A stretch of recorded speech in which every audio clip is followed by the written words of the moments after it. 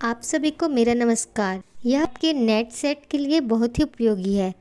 तो चलिए हम इसे प्रारंभ करते हैं। कविता क्या है? आचार्य रामचंद्र शुक्ल। हिंदी में आधुनिक युग के साहित्याकाश में जो स्थान प्रसाद पंत निराला का है, उपन्यास कहानी के क्षेत्र में जो स्थान मुंशी प्रेमचंद का है, वही स्थान चिंतामणि के रचयिता आचार्य रामचंद्र शुक्ल का समीक्षा समालोचना के क्षेत्र में है। विभिन्न विषयों व मनःस्थितियों पर रचे गए उनके निबंधों का एक एक शब्द चिंतामणि की निबंध माला में उस नगीने के समान जड़ा हुआ है, जिसका आलोक युग और काल की सीमाओं को पार करता हुआ पीढ़ी दर पीढ़ी प्रत्येक काल के सत्य उद्घाटन का साहित्यिक आकलन करने में अप्रतिम मार्गदर्शक कीर्ति स्तंभ बन गया। हिंदी साहित्य का इतिहास लिखकर साहित्य इतिहास के क्षेत्र में अमर हो गए। यदि शुक्ल जी को हिंदी साहित्य में समीक्षा समालोचना विधा का पितामह कहा जाए तो अतिशयोक्ति न होगी। आज भी साहित्य समीक्षा के मानदंड निर्धारण के लिए विद्वज्जनों में उन्हीं को श्रद्धा से याद किया जाता है। वे कल्पना की बजाय यथार्थ व ठोस धरातल पर सामाजिक जीवन व इसके विभिन्न सरोकारों को मूल्यांकन का सही आधार मानते थे। उन्हें लोकरंजन एवं रोमांटिक अधिक प्रिय नहीं था। प्रस्तुत निबंध काव्यरसिकों के लिए एक दिशानिर्देशक की तरह से है। उन्होंने पाश्चात्य समीक्षा शास्त्र व भारतीय समीक्षा सिद्धांतों का गहन अध्ययन किया था, साथ ही मनोविज्ञान की परिष्कृत समझ होने के फलस्वरूप समीक्षा के सिद्धांतों की ऐसी तर्कसंगत व्याख्या दी कि उसे सहज में ही साहित्य जगत में मान्यता मिली। शुक्ल जी काव्य की चिंतन धाराओं के प्रति युगानुरूप सचेत थे। उनकी समीक्षात्मक दृष्टि में समग्र चिंतन, परिवेश के प्रति जागरूकता, मनोवैज्ञानिक सोच का ठोस धरातल तथा उनके अपने विवेक की कसौटी उनकी समीक्षाओं को विद्वत जगत में सर्वमान्य एवं दृष्टव्य बना देती हैं। आचार्य रामचंद्र शुक्ल के मौलिक समीक्षात्मक चिंतन एवं मूल्य निर्धारण मानदंडों के प्रति हिंदी जगत युगों युगों तक उनका ऋणी रहेगा। कविता वह साधन है जिसके द्वारा शेष सृष्टि के साथ मनुष्य के रागात्मक संबंध की रक्षा और निर्वाह होता है। राग से यहाँ अभिप्राय प्रवृत्ति और निवृत्ति के मूल में रहने वाली अंतःकरण वृत्ति से है। जिस प्रकार निश्चय के लिए प्रमाण की आवश्यकता होती है, उसी प्रकार प्रवृत्ति या निवृत्ति के लिए भी कुछ विषयों का बाह्य या मानस प्रत्यक्ष अपेक्षित होता है। यही हमारे रागों या मनोवेगों के, जिन्हें साहित्य में भाव कहते हैं, विषय हैं। कविता उन मूल और आदिम मनोवृत्तियों का व्यवसाय है जो सजीव सृष्टि के बीच सुख दुख की अनुभूति से विरूप परिणाम द्वारा अत्यंत प्राचीन कल्प में प्रकट हुई और जिनके सूत्र से शेष सृष्टि के साथ तादात्म्य का अनुभव मनुष्य जाति आदि काल से करती चली आई है। वन, पर्वत, नदी, नाले, निर्झर, कद्दार, पटपर, चट्टान, वृक्ष, लता, झाड़, पशु, पक्षी, अनंत आकाश, नक्षत्रा इत्यादि तो मनुष्य के आदिम सहचर हैं ही, पर खेत, दुर्री, हल, झोंपड़े, चौपाए आदि भी कुछ कम पुराने नहीं है। इनके द्वारा प्राप्त रागात्मक संस्कार मानव अंतःकरण में दीर्घ परंपरा के कारण मूल रूप से बद्ध हैं, अतः इनके जैसा पक्का रसपरिपाक संभव है वैसा कल, कारखाने, गोदाम, स्टेशन, इंजन, हवाई जहाज इत्यादि द्वारा नहीं। रागों या वेगस्वरूप मनोवृत्तियों का सृष्टि के साथ उचित सामंजस्य स्थापित करके कविता मानव जीवन के व्यापकत्व की अनुभूति उत्पन्न करने का प्रयास करती है। यदि इन वृत्तियों को समेटकर मनुष्य अपने अंतःकरण के मूल रागात्मक अंश को सृष्टि से किनारे कर ले तो फिर उसके जड़ हो जाने में क्या संदेह है। यदि वह लहलहाते हुए खेतों और जंगलों, हरी घास के बीच घूम घूम कर बहते हुए नालों, काली चट्टानों पर चांदी की तरह ढलते हुए झरनों, मंजरियों से लदी हुई अमराइयों, पटपर के बीच खड़े झाड़ों को देख क्षण भर लीन न हुआ, यदि कलरव करते हुए पक्षियों के आनंदोत्सव में उसने योग न दिया, यदि खिले हुए फूलों को देख वह न खिला, यदि सुंदर रूप देख पवित्र भाव से मुग्धा न हुआ, यदि दीन दुखी का आर्तनाद सुन न पसीजा, यदि अनाथों और अबलाओं पर अत्याचार होते देख क्रोध से न तिलमिलाया, यदि हास्य की अनूठी उक्ति पर न हंसा तो उसके जीवन में रह क्या गया। मनुष्य के व्यापार का क्षेत्र ज्यों-ज्यों जटिल और सघन होता गया त्यों-त्यों सृष्टि के साथ उसके रागात्मक संबंध के विच्छेद की आशंका बढ़ती गई। ऐसी स्थिति में बड़े बड़े कवि ही उसे संभालते आए हैं। जो कुछ अब तक कहा गया उससे ये स्पष्ट है कि सृष्टि के नाना रूपों के साथ मनुष्य की भीतरी रागात्मिका प्रकृति का सामंजस्य ही कविता का लक्ष्य है। वह जिस प्रकार प्रेम, क्रोध, करुणा, घृणा आदि मनोवेगों या भावों पर सान चढ़ाकर उन्हें तीक्ष्ण करती है, उसी प्रकार जगत के नाना रूपों और व्यापारों के साथ उनका उचित संबंध स्थापित करने का भी उद्योग करती है। इस बात का निश्चय हो जाने पर वे सब मतभेद दूर हो जाते हैं जो काव्य के नाना लक्षणों और विशेषतः रस आदि के भेद प्रतिबंधों के कारण चल पड़े हैं। छिन्न संप्रदाय वालों का न्यायिकों से उलझना, आलकारिकों का रस प्रतिपादकों से झगड़ना एक पतली गली में बहुत से लोगों का धाकमधाका करने के समान है।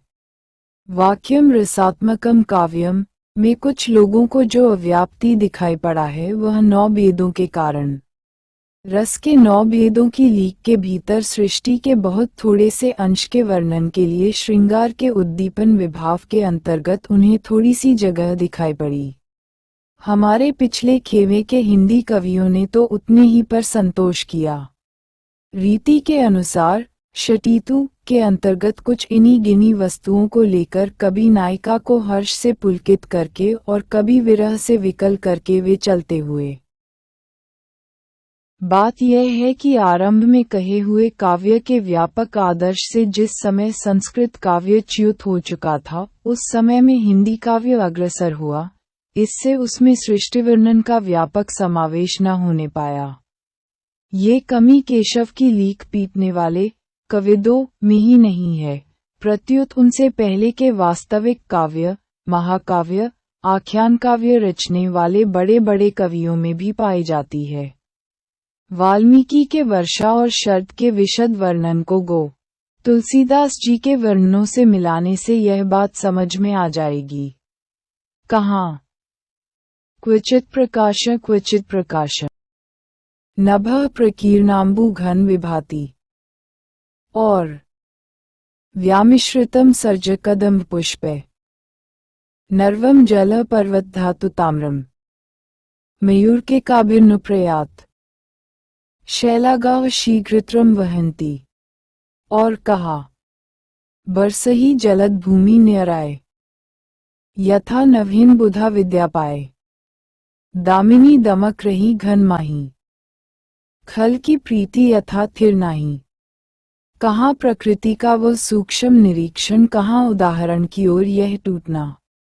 बाबाजी की दृष्टि यथा नवीन बुधा विद्या पाए इस उपदेशात्मक वाक्य की ओर अधिक जान पड़ती है, वस्तुवर्णन की ओर कम। भारतेदु का गंगा और यमुना वर्णन अच्छा कहा जाता है पर वह भी परंपराभुक्त और उपमा प्रधान है। हिंदी वाले चाहे ऐसे वर्णनों से अपना संतोष कर लें पर जिनकी आंखों के सामने कुमार संभव का हिमालय वर्णन और मेघदूत का नाना प्रदेश वर्णन नाच रहा था वे स्पष्ट देख सके कि प्रकृति का वह सूक्ष्म निरीक्षण ऋगार के उद्दीपन विभाव की दृष्टि से नहीं है, शुद्ध वर्णन के निमित्त, दृश्य अंकित करने के निमित्त है। उन्होंने रस की 9 नालियों के भीतर ऐसे शुद्ध वर्णनों के लिए कोई गड्ढा न पाकर रसात्मक वाक्यम से असंतोष प्रकट किया। पर असंतोष नाली बनाने वालों के प्रति होना चाहिए था, रस के सिद्धांत के प्रति नहीं। प्राकृतिक दृश्यों के वर्णन में एक प्रकार का रस अवश्य है, चाहे उसे अनिर्वचनीय कहिए, चाहे उसका कोई नाम रखिए, चाहे उसे किसी रस के भीतर कीजिए।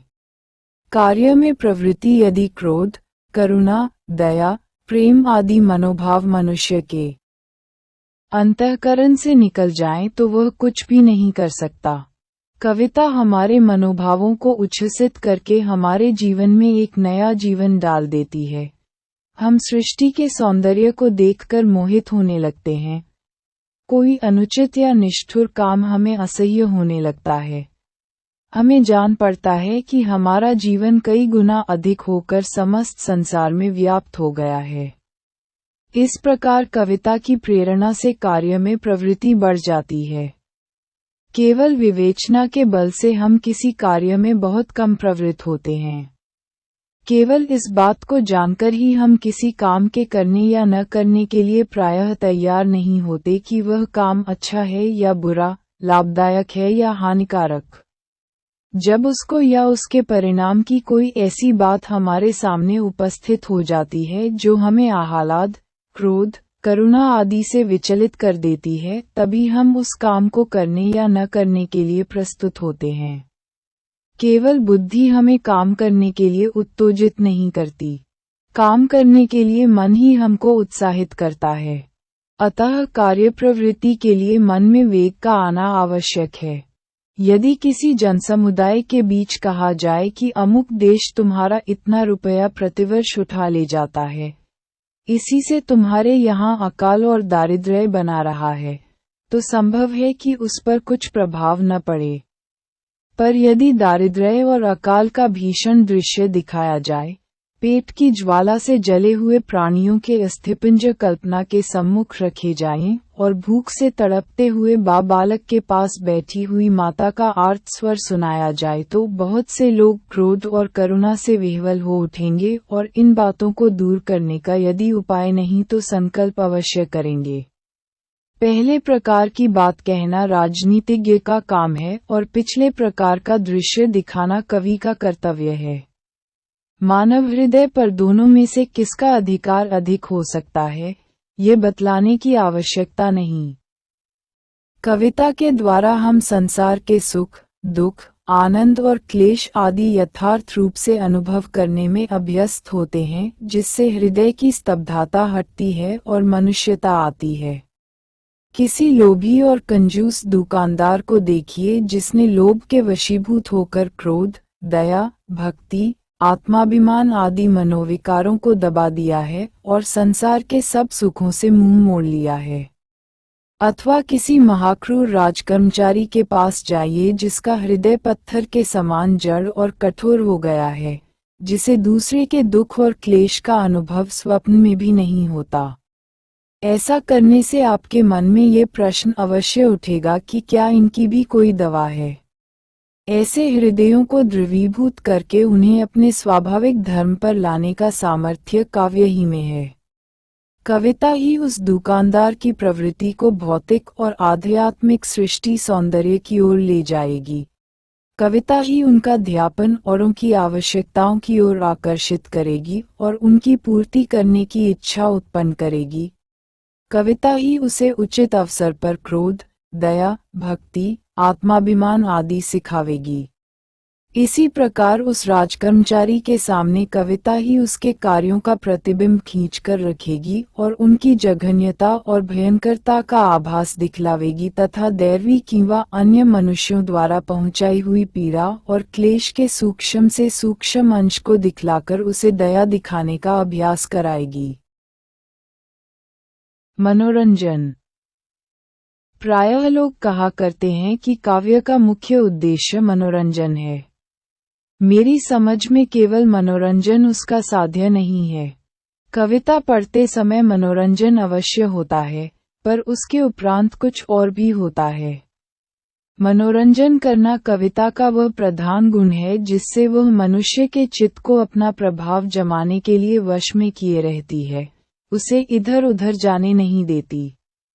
यही कारण है कि नीति और धर्म संबंधी उपदेश चित्त पर वैसा असर नहीं करते जैसा कि काव्य या उपन्यास से निकली हुई शिक्षा असर करती है। केवल यही कहकर कि परोपकार करो, सदैव सच बोलो, चोरी करना महापाप है, हम यह आशा कदापि नहीं कर सकते कि कोई अपकारी मनुष्य परोपकारी हो जाएगा, झूठा सच्चा हो जाएगा और चोर चोरी करना छोड़ देगा। क्योंकि पहले तो मनुष्य का चित्त ऐसी सूखी शिक्षाएं ग्रहण व करने के लिए उद्यत ही नहीं होता। दूसरे मानव जीवन पर उनका कोई प्रभाव अंकित न देखकर वह उनकी कुछ परवाह नहीं करता। पर कविता अपनी मनोरंजक शक्ति के द्वारा पढ़ने या सुनने वाले का चित्त उचटने नहीं देती, उसके हृदय के मर्म स्थानों को स्पर्श करती है और सृष्टि में उक्त कर्मों के स्थान और संबंध की सूचना देकर मानव जीवन पर उनके प्रभाव और परिणाम विस्तृत रूप से अंकित करके दिखलाती है। इंद्रासन खाली कराने का वचन देकर, हूर और गिलमा का लालच दिखाकर, यमराज का स्मरण दिलाकर, दोज़ख की जलती हुई आग की धमकी देकर हम बहुधा किसी मनुष्य को सदाचारी और कर्तव्यपरायण नहीं बना सकते। बात यह है कि इस तरह का लालच या धमकी ऐसी है जिससे मनुष्य परिचित नहीं और जो इतनी दूर की है कि उसकी परवाह करना मानव प्रकृति के विरुद्ध है। सदाचार में एक अलौकिक सौंदर्य और माधुर्य होता है। अतः लोगों को सदाचार की ओर आकर्षित करने का प्रकृत उपाय यही है कि उनको उसका सौंदर्य और माधुर्य दिखाकर लुभाया जाए, जिससे वे बिना आगा पीछा सोचे मोहित होकर उसकी ओर मन को अनुरंजित करना और उसे सुख पहुंचाना ही यदि कविता का धर्म माना जाए तो कविता भी केवल विलास की सामग्री हुई। परंतु क्या हम कह सकते हैं कि वाल्मीकि का आदि काव्य, कालिदास का मेघदूत, तुलसीदास का रामचरितमानस या सूरदास का सूरसागर विलास की सामग्री हैं? यदि इन ग्रंथों से मनोरंजन होगा तो चरित्र संशोधन भी अवश्य ही होगा। मन लगने से यह सूचित होगा कि मन अब इस अवस्था में हो गया है कि उस पर कोई प्रभाव डाला जाए। खेद के साथ कहना पड़ता है कि हिंदी भाषा के अनेक कवियों ने ऋगार रस की उन्मादकारिणी उक्तियों से साहित्य को इतना भर दिया है कि कविता भी विलास की एक सामग्री समझी जाने लगी है। पीछे से तो ग्रीष्मोपचार आदि के नुस्खे भी कवि लोग तैयार करने लगे। गर्मी के मौसम के लिए एक कविजी आज्ञा करते हैं, शीतल गुलाब जल भरी चहवचन में, डारी के कमलदल नहायबे को धांसिए। कालिदास अंग अंग अगर अतर संग, केसर उसीर मीर घनसार घसिए। जेठ में गोविंदलाल चंदन के चहलन, भरी भरी गोकुल के महलन बसिए। धन्यवाद। नेटसेट JFTG अब शिशिर के मसाले सभी सुनिए। प्रतियोगी परीक्षाओं से गुलगुली संबंधित गिल में निबंधों के गली लिए आप चाहे मेरे द्वारा गुनीजन बनाए है, गए YouTube चिक है चैनल हिंदी चिराके की हैं दुनिया के चिरागन माध्यम की से आप माला देख व है। सुन सकते हैं। कहें पद्माकर हैं गजग गजाहूं सजी, शैया है, सुरा है, सुराही है, सुप्याला है। शिशिर के पाला को न व्यापत कसला तिन्ह, जिनके अधीन एते उदित मसाला हैं। ऐसी श्रृंगारिक कविता को कोई विलास को सामग्री कह बैठे तो उसका क्या दोष। सारांश ये कि कविता का काम मनोरंजन ही नहीं, कुछ और भी है। चरित्राचित्रण द्वारा जितनी सुगमता से शिक्षा दी जा सकती है, उतनी सुगमता से किसी और उपाय द्वारा नहीं। आदि काव्य रामायण में जब हम भगवान रामचंद्र के प्रतिज्ञा पालन, सत्यव्रताचरण और पितृभक्ति आदि की छटा देखते हैं, भरत के सर्वोच्च स्वार्थ त्याग और सर्वांगपूर्ण सात्विक चरित्रा का अलौकिक तेज देखते हैं, तब हमारा हृदय श्रद्धा, भक्ति और आश्चर्य से स्तंभित हो जाता है। इसके विरुद्ध जब हम रावण की दुष्टता और उद्दंडता का चित्र देखते हैं तब समझते हैं कि दुष्टता क्या चीज है और उसका प्रभाव और परिणाम सृष्टि में क्या है। अब देखिए कविता द्वारा कितना उपकार होता है। उसका काम भक्ति, श्रद्धा, दया, करुणा, क्रोध और प्रेम आदि मनोवेगों को तीव्र और परिमार्जित करना तथा सृष्टि की वस्तुओं और व्यापारों से उनका उचित और उपयुक्त संबंध स्थिर करना है। उच्च आदर्श कविता मनुष्य के हृदय को उन्नत करती है और ऐसे ऐसे उत्कृष्ट और अलौकिक पदार्थों का परिचय कराती है जिनके द्वारा ये लोक देवलोक और मनुष्य देवता हो सकता है। कविता की आवश्यकता। कविता इतनी प्रयोजनीय वस्तु है कि संसार की सभ्य और असभ्य सभी जातियों में पाई जाती है। चाहे इतिहास न हो, विज्ञान न हो, दर्शन न हो, पर कविता अवश्य होगी। इसका क्या कारण है? बात यह है कि मनुष्य अपने ही व्यापारों का ऐसा घना मंडल बांधता चला आ रहा है जिसके भीतर फंसकर वह शेष सृष्टि के साथ अपने हृदय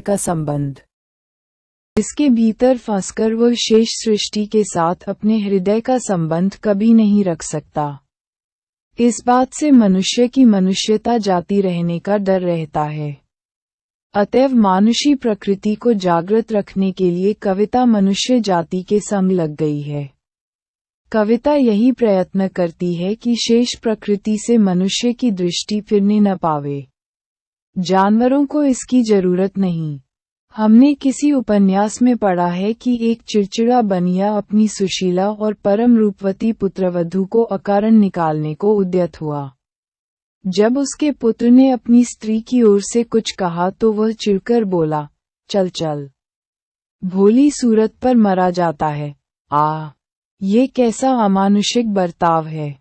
सांसारिक बंधनों में फंसकर मनुष्य का हृदय कभी कभी इतना कठोर और कुंठित हो जाता है कि उसकी चेतना, उसका मानुष भाव कम हो जाता है। न उसे किसी का रूप माधुर्य देखकर उस पर उपकार करने की इच्छा होती है, न उसे किसी दीन दुखिया की पीड़ा देखकर करुण आती है, न उसे अपमान सूचक बातें सुनकर क्रोध आता है। ऐसे लोगों से यदि किसी लोमहर्षण अत्याचार की बात कही जाए तो मनुष्य के स्वाभाविक धर्मानुसार वे क्रोध या घृणा प्रकट करने के स्थान पर रूखाई के साथ यही कहेंगे, जाने दो, हमसे क्या मतलब, चला अपना काम देखो। याद रखिए, यह महाभयानक मानसिक रोग है। इससे मनुष्य जीते जी मृतवत हो जाता है। कविता इसी मर्ज की दवा है। सृष्टि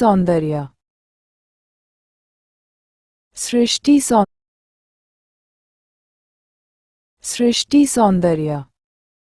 कविता सृष्टि सौंदर्य का अनुभव कराती है और मनुष्य को सुंदर वस्तुओं में अनुरक्त और कुत्सित वस्तुओं से विरक्त करती है।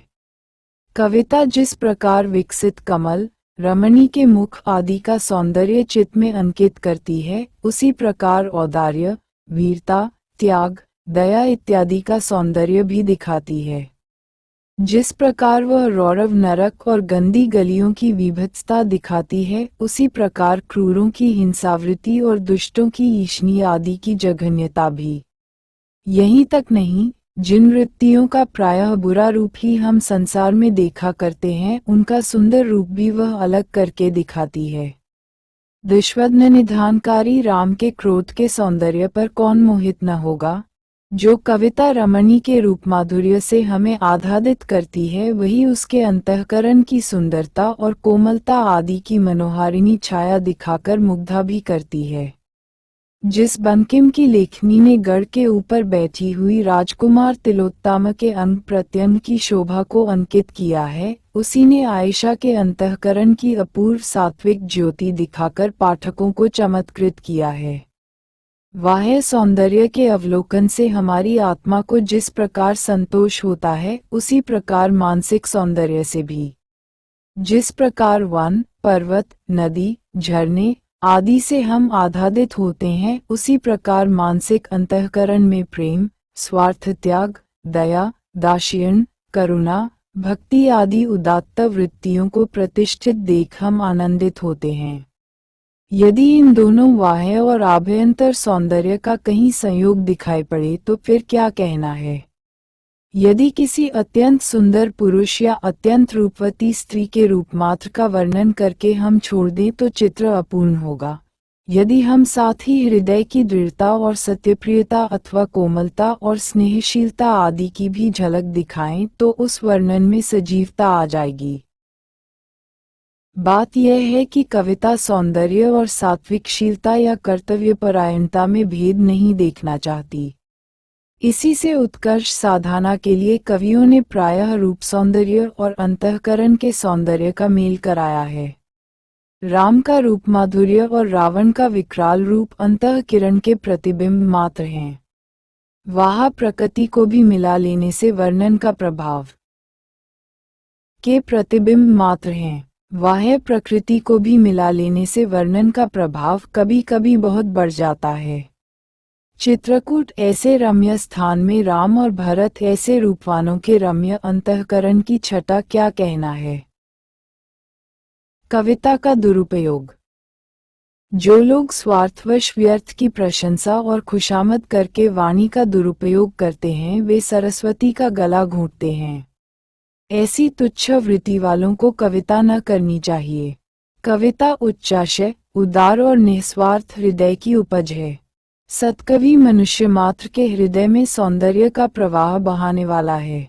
उसकी दृष्टि में राजा और रंक सब समान है।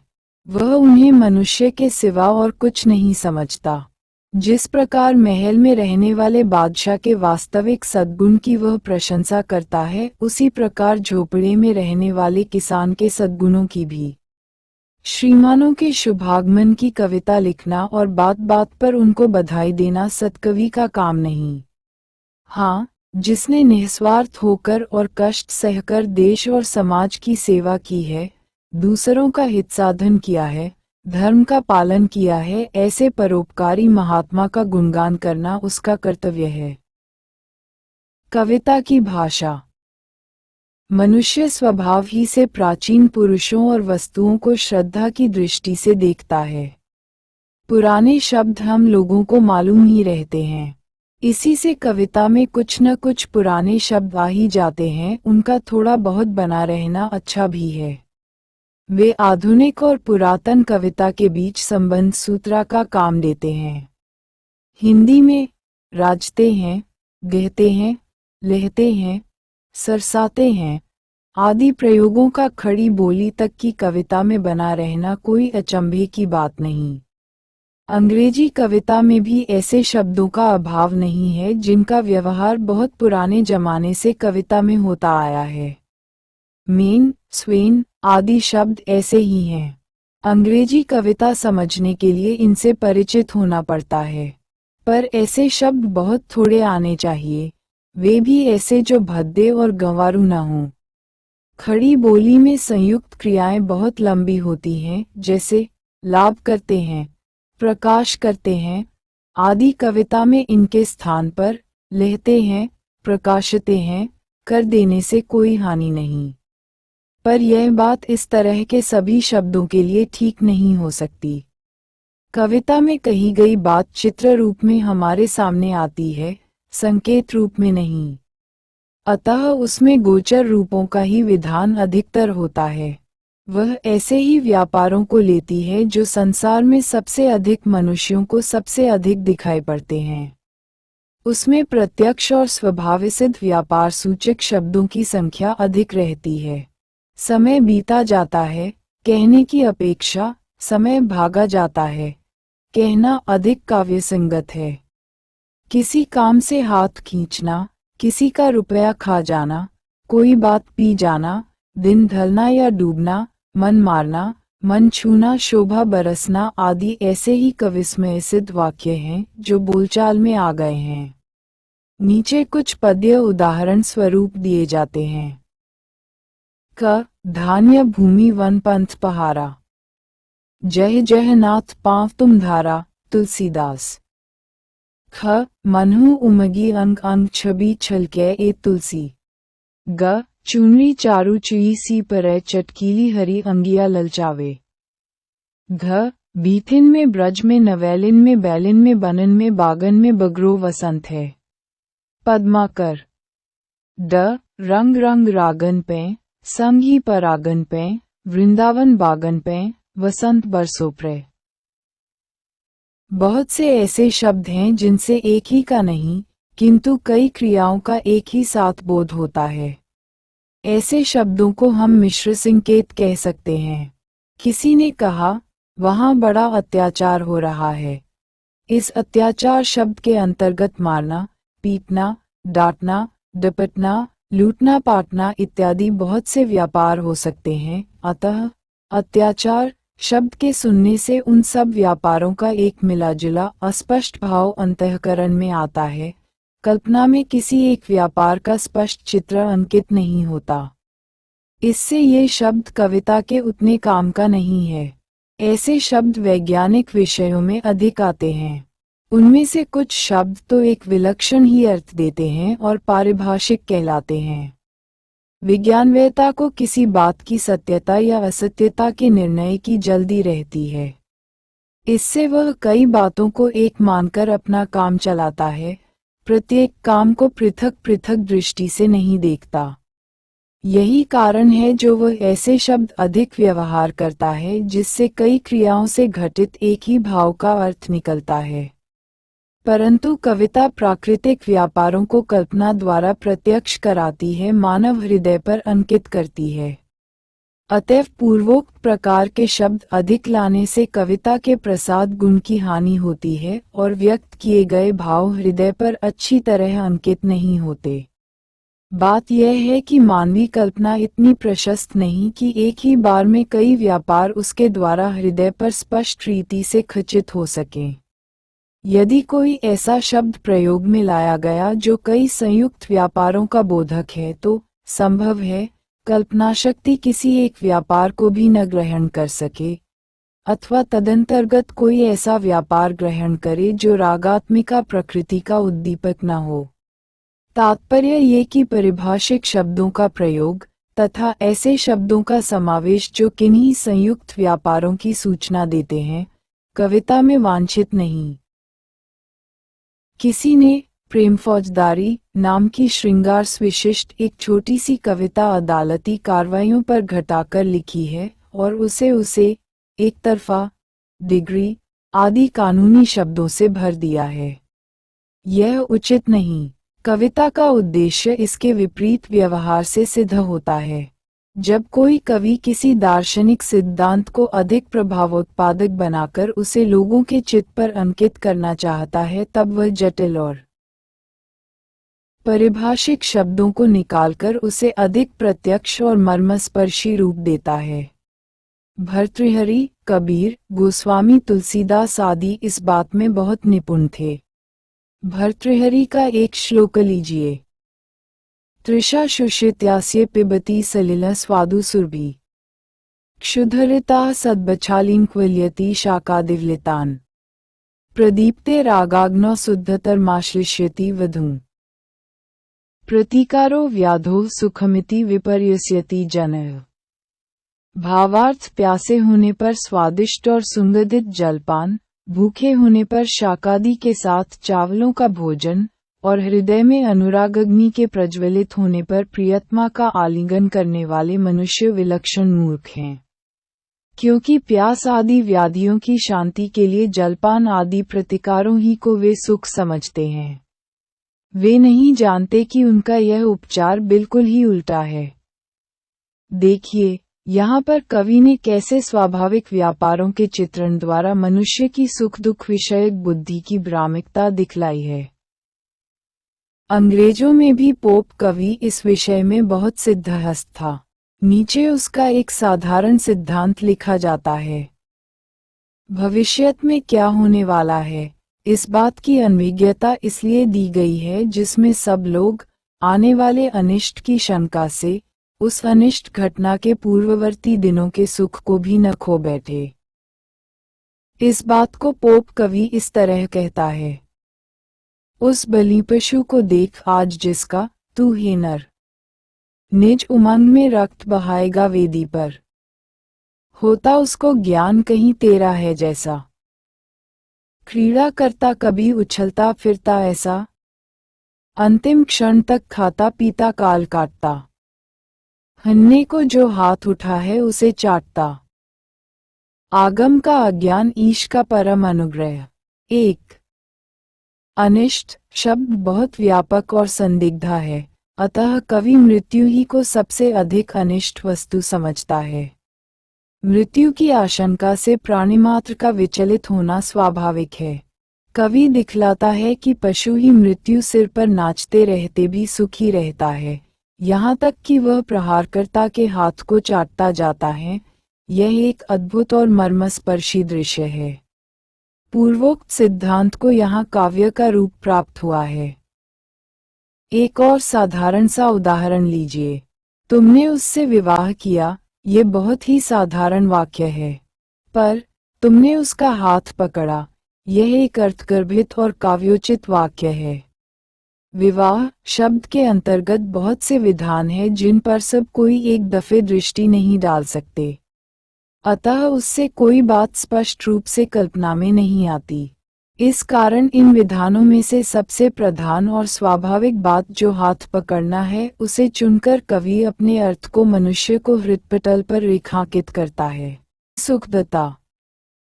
कविता की बोली और साधारण बोली में बड़ा अंतर है।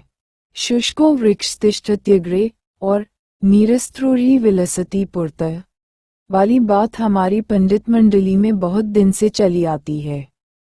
भाव सौंदर्य और नाद सौंदर्य दोनों के संयोग से कविता की सृष्टि होती है। श्रुतिकटु मानकर कुछ अक्षरों का परित्याग, वृत्तविधान और अंत्यानुप्रास का बंधन इसी नाद सौंदर्य के निभाने के लिए है। बिना इसके कविता करना अथवा इसी को सर्वस्व मानकर कविता करने की कोशिश करना निष्फल है। नाद सौंदर्य के साथ भाव सौंदर्य भी होना चाहिए।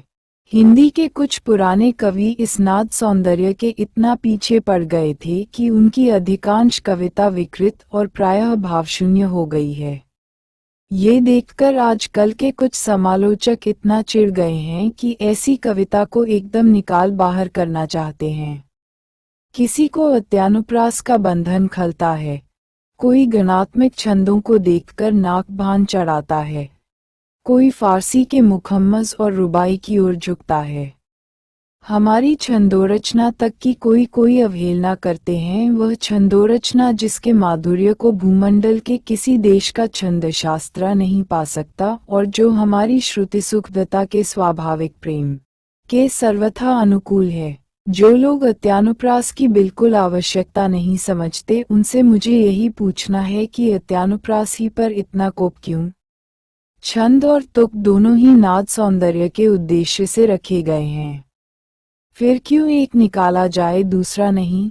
यदि कहा जाए कि सिर्फ छंद ही से उस उद्देश्य की सिद्धि हो जाती है, तो ये जानने की इच्छा बनी रहती है कि क्या कविता के लिए नाद सौंदर्य की कोई सीमा नियत है। यदि किसी कविता में भाव सौंदर्य के साथ नाद सौंदर्य भी वर्तमान हो तो वह अधिक ओजस्विनी और चिरस्थायिनी होगी। नाद सौंदर्य कविता के स्थायित्व का वर्धक है, उसके बल से कविता ग्रंथाश्रयविहीन होने पर भी किसी न किसी अंश में लोगों की जिह्वा पर बनी रहती है। अतएव इस नाद सौंदर्य को केवल बंधन ही न समझना चाहिए। यह कविता की आत्मा नहीं तो शरीर अवश्य है। नाद सौंदर्य संबंधी नियमों को गणित क्रिया के समान काम में लाने से हमारी कविता में कहीं कहीं बड़ी विलक्षणता आ गई है। श्रुतिकटु वर्णों का निर्देश इसलिए नहीं किया गया कि जितने अक्षर श्रवणकटु हैं वे एकदम त्याज्य समझे जाएं और उनकी जगह पर श्रवण सुखद वर्ण ढूंढ ढूंढ कर रखे जाएं। इस नियम निर्देश का मतलब इतना ही है कि यदि मधुराक्षर वाले शब्द मिल सकें और बिना तोड़मरोड़ के प्रसंगानुसार मधाराक्षर वाले शब्द मिल सकें और बिना तोड़मरोड़ के प्रसंगानुसार खप सकें तो उनके स्थान पर श्रुतिकर्कश अक्षर वाले शब्द न ला जाएं। संस्कृत से संबंध रखने वाली भाषाओं में इस नाद सौंदर्य का निर्वाह अधिकता से हो सकता है।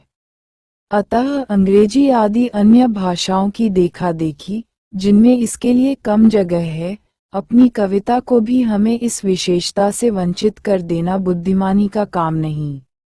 पर याद रहे, सिर्फ श्रुतिमधुर अक्षरों के पीछे दीवाने रहना और कविता को अन्यान्य गुणों से भूषित न करना सबसे बड़ा दोष है। एक और विशेषता हमारी कविता में है, वह ये है कि कहीं कहीं व्यक्तियों के नामों के स्थान पर उनके रूप, गुण या कार्यबोधक शब्दों का व्यवहार किया जाता है। यूं देखने में पद्य के नपे हुए चरणों में खपाने के लिए शब्दों की संख्या का बढ़ाना ही इसका प्रयोजन जान पड़ता है, पर विचार करने से इसका इससे भी गुरुतर उद्देश्य प्रकट होता है। सच पूछिए तो ये बात कृत्रिमता बचाने के लिए की जाती है। मनुष्यों के नाम यथार्थ में कृत्रिम संकेत हैं, जिनसे कविता की परिपोषिकता नहीं होती। अतएव कवि मनुष्यों के नामों के स्थान पर कभी कभी उनके ऐसे रूप, गुण या व्यापार की ओर इशारा करता है जो स्वाभाविक होने के कारण सुनने वाले के ध्यान में अधिक आ सकते हैं और प्रसंग विशेष के अनुकूल होने से वर्णन की यथार्थता को बढ़ाते हैं। गिरिधर, मुरारी, त्रिपुरारी, दीनबंधु, चक्रपाणी, देशमुख आदि शब्द ऐसे ही हैं। ऐसे शब्दों को चुनते समय प्रसंग या अवसर का ध्यान अवश्य रखना चाहिए। जैसे, यदि कोई मनुष्य किसी दुर्धर्ष अत्याचारी के हाथ से छुटकारा पाना चाहता हो तो उसके लिए हे गोपिकारमन, हे वृंदावन बिहारी आदि कहकर कृष्ण को पुकारने की अपेक्षा हे मुरारी, हे कंस निकंदन आदि संबोधनों से पुकारना अधिक उपयुक्त है, क्योंकि श्री कृष्ण के द्वारा सुर और कंस आदि दुष्टों का मारा जाना देखकर उसे उनसे अपनी रक्षा की आशा हुई है, न कि उनका वृंदावन में गोपियों के साथ विहार करना देखकर। इसी तरह किसी आपत्ति से उद्धार पाने के लिए कृष्ण को मुरलीधर कहकर पुकारने की अपेक्षा गिरिधर कहना अधिक अर्थसंगत है। अलंकार। कविता में भाषा को खूब जोरदार बनाना पड़ता है, उसकी सब शक्तियों से काम लेना पड़ता है। वस्तु या व्यापार का चित्र चटकीला करने और रसपरिपाक के लिए कभी किसी वस्तु का गुण या आकार बहुत बढ़ाकर दिखाना पड़ता है, कभी किसी वस्तु के रूप और गुण को वैसी ही और वस्तुओं के साहचर्य द्वारा और मनोरंजक बनाने के लिए उसके समान रूप और धर्म वाली और वस्तुओं को सामने लाकर रखना पड़ता है। इस तरह की भिन्न भिन्न वर्णन प्रणालियों का नाम अलंकार है। इनका उपयोग काव्य में प्रसंगानुसार विशेष रूप से होता है। इनसे वस्तु वर्णन में बहुत सहायता मिलती है। कहीं कहीं तो इनके बिना कविता का काम ही नहीं चल सकता। किंतु इससे यह न समझना चाहिए कि अलंकार ही कविता है। अलंकार बोलचाल में भी रोज आते रहते हैं। जैसे लोग कहते हैं, जिसने शालग्राम को भून डाला उसे भंटा भूनते क्या लगता है। ये काव्य नहीं कहे जा सकते। जहाँ किसी प्रकार की रसव्यंजना होगी वहीं किसी वर्णन प्रणाली को अलंकारता प्राप्त हो सकती है।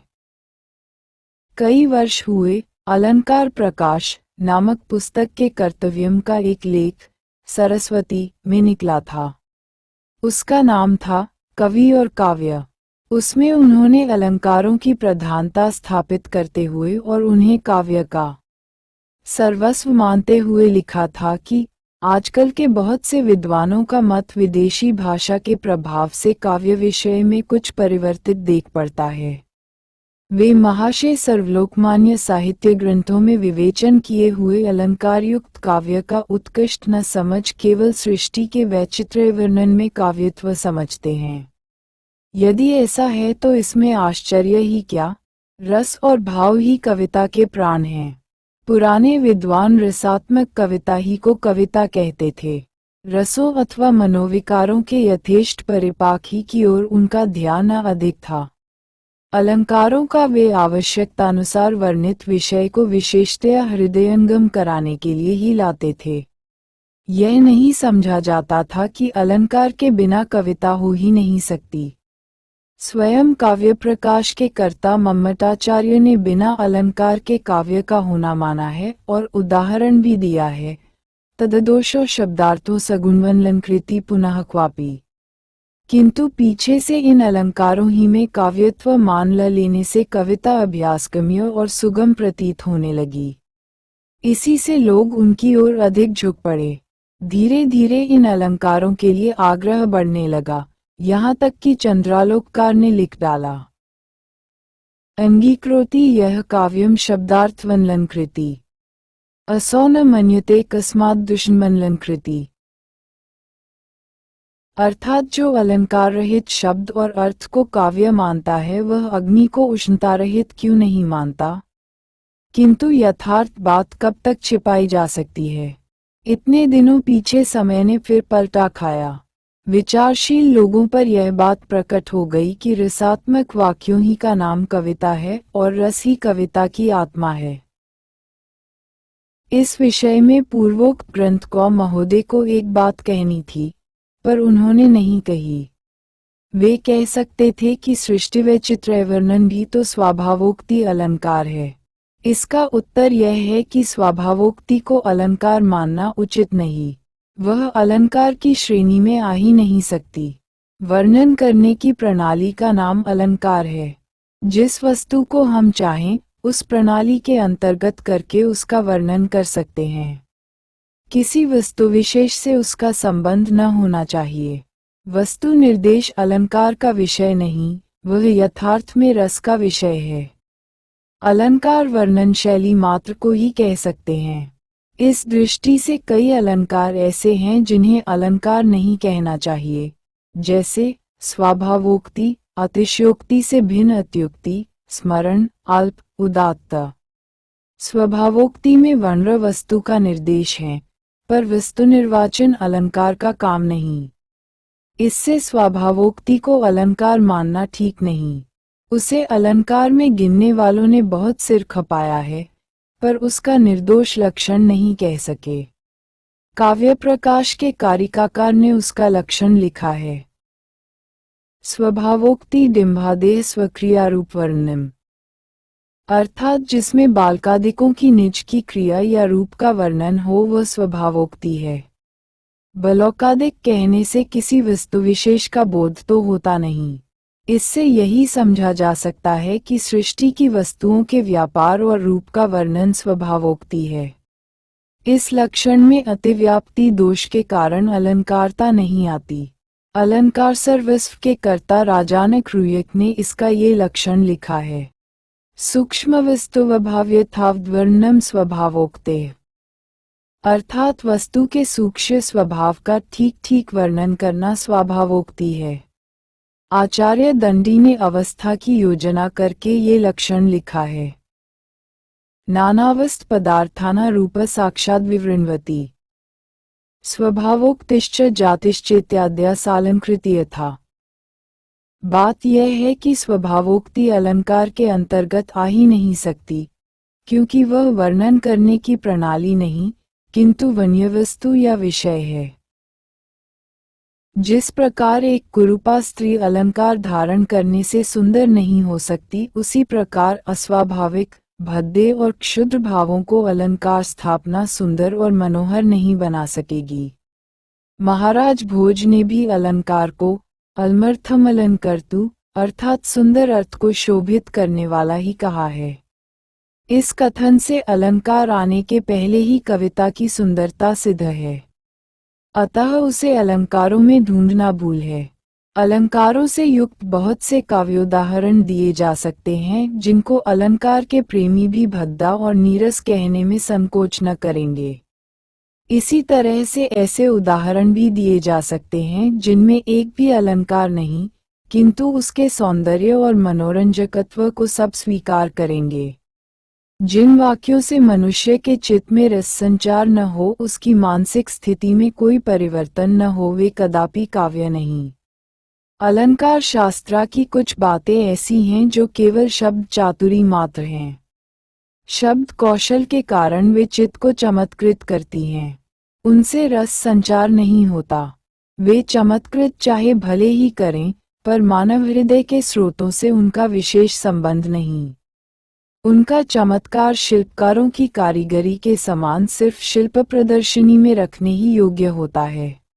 अलंकार है क्या वस्तु? विद्वानों ने काव्यों के सुंदर सुंदर स्थलों को पहले चुना, फिर उनकी वर्णन शैली के सौंदर्य का कारण ढूंढा, तब वर्ण व चित्र के अनुसार भिन्न भिन्न लक्षण बनाए।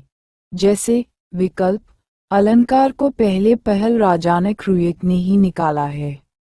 अब कौन कह सकता है कि काव्यों के जितने सुंदर सुंदर स्थल थे सब ढूंढ डाले गए, अथवा जो सुंदर समझे गए जिन्हें लक्ष्य करके लक्षण बने, उनकी सुंदरता का कारण कही कही हुई वर्णन प्रणाली ही थी। अलंकारों के लक्षण बनने तक काव्यों का बनना नहीं रुका रहा। आदि कवि महर्षि वाल्मीकि ने मां निषाद प्रतिष्ठा त्वंगम शाश्वती समाह का उच्चारण किसी अलंकार को ध्यान में रखकर नहीं किया। अलंकार लक्षणों के बनने के बहुत पहले कविता होती थी और अच्छी होती थी। अथवा यूं कहना चाहिए कि जब से इन अलंकारों को हठात लाने को उद्योग होने लगा तब से कविता कुछ बिगड़ चली। धन्यवाद। नेटसेट JFTGT PGT PG एवं अन्य सभी प्रतियोगी परीक्षाओं से संबंधित निबंधों के लिए आप मेरे द्वारा बनाए गए YouTube चैनल हिंदी की दुनिया के माध्यम से आप देख व सुन सकते हैं।